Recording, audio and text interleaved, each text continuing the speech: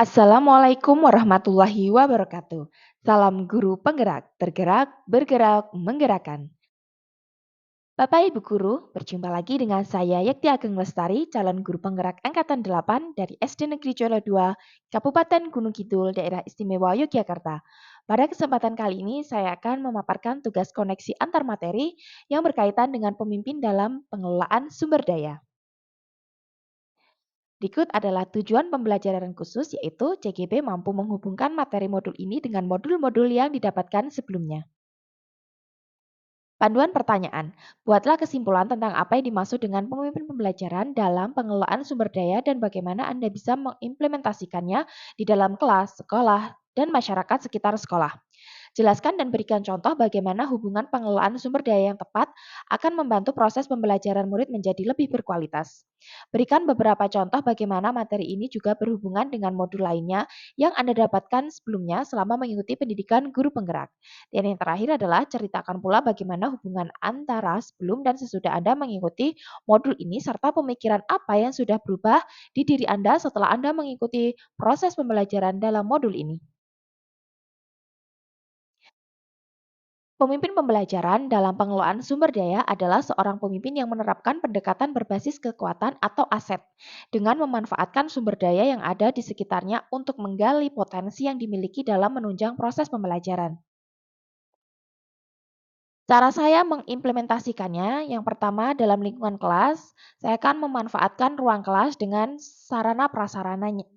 Kemudian, memfasilitasi murid agar mengembangkan kreativitasnya, melakukan kolaborasi dengan guru atau rekan sejawat untuk pengelolaan sumber daya di kelas, dan juga memanfaatkan sumber finansial yang ada untuk keperluan kebutuhan kelas. Di lingkungan sekolah, saya akan melakukan kolaborasi dengan seluruh warga sekolah, membentuk komunitas sekolah yang memiliki tujuan yang sama untuk mengembangkan sekolah, memanfaatkan sarana prasarana, dan gunakan sumber finansial yang ada untuk keperluan sekolah.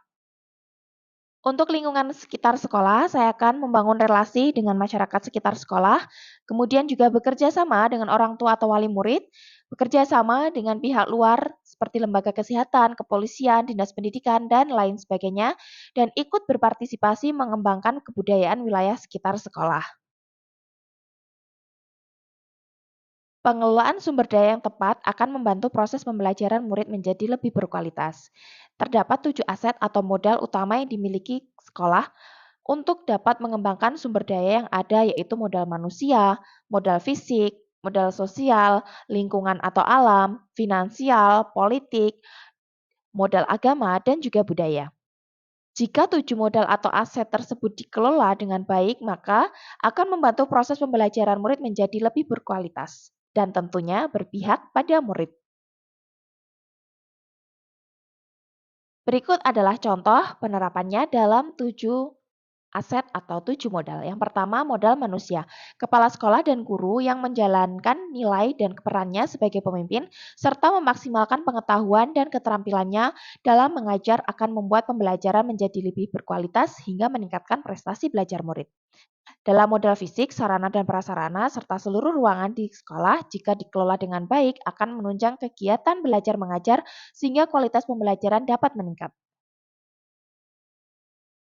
Modal sosial, aturan yang jelas seperti tata tertib atau keyakinan sekolah dibuat agar murid memiliki kesadaran diri akan pentingnya disiplin positif sehingga akan tercipta suasana pembelajaran yang kondusif, aman, dan nyaman. Modal lingkungan. Lingkungan yang ada di sekitar sekolah dapat menjadi salah satu sumber belajar yang dapat dimanfaatkan untuk menunjang proses pembelajaran yang kreatif. Modal politik. Kebijakan kepala sekolah untuk meningkatkan pembelajaran yang berpihak pada murid. Kerjasama sekolah dan dinas pendidikan seperti mengadakan seminar, workshop, pelatihan sehingga meningkatkan kualitas pengajaran yang dilakukan guru. Berikutnya adalah modal finansial. Pemanfaatan dana BOS untuk keperluan operasional sekolah dapat menunjang proses pembelajaran yang lebih berkualitas. Modal agama dan budaya. Kegiatan pembiasaan di sekolah seperti sholat berjamaah, berdoa, gotong royong, baris berbaris, dan lain-lain dapat mengubah perilaku murid lebih berakhlak sehingga mempermudah dalam memberikan materi pembelajaran. Berikut adalah keterkaitan dengan modul lain. Modul 1 dengan modul 3.2. Dalam modul 1 terdapat modul 1.1 sampai dengan 1.4. Dalam modul 1.1, guru dapat berperan sebagai pemimpin yang menuntun segala kodrat murid dengan mengembangkan segala potensi yang dimiliki murid. Di modul 1.2, sebagai pemimpin pembelajaran, guru dapat mengembangkan keterampilan yang dimilikinya untuk meningkatkan pembelajaran yang berpihak pada murid. Di modul 1.3, seorang pemimpin harus memiliki visi ke depan untuk melakukan perubahan ke arah yang lebih baik dengan berpikir berbasis kekuatan atau aset. Dan juga di modul 1.4, budaya positif diperlukan untuk menumbuhkan akhlak yang baik sebagai aset dalam modal budaya kerja agar tercipta suasana pembelajaran yang nyaman.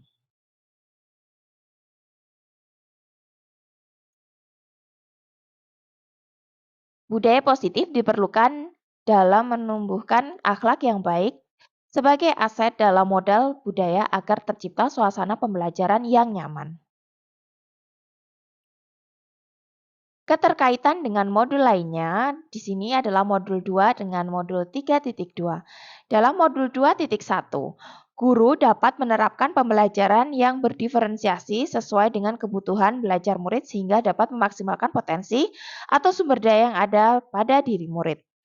Di modul 2.2, dalam mengelola sumber daya, seorang pemimpin diperlukan kemampuan sosial emosional yang baik sehingga segala keputusan dapat dipertanggungjawabkan dan tepat tentunya. Dalam modul 2.3, pemimpin harus mampu menerapkan teknik coaching dalam melakukan segala tindakan untuk pengelolaan sumber daya yang ada di sekolahnya. Keterkaitan dengan modul 3.1 dan 3.2. Dalam melakukan pengelolaan sumber daya, seorang pemimpin harus mampu mengambil keputusan berbasis nilai-nilai kebajikan agar diperoleh pembelajaran yang berpihak pada murid untuk meningkatkan kualitas pembelajaran.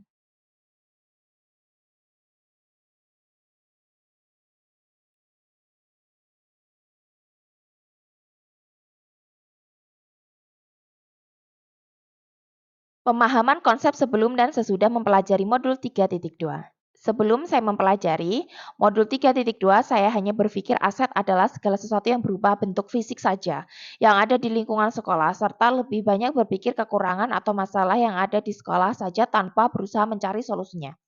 Nah, sesudah saya mempelajari modul 3.2 ini, saya baru memahami terdapat 7 aset utama dapat dikembangkan untuk membangun sekolah, yaitu manusia, fisik, sosial, lingkungan, alam, finansial, politik, serta agama dan budaya.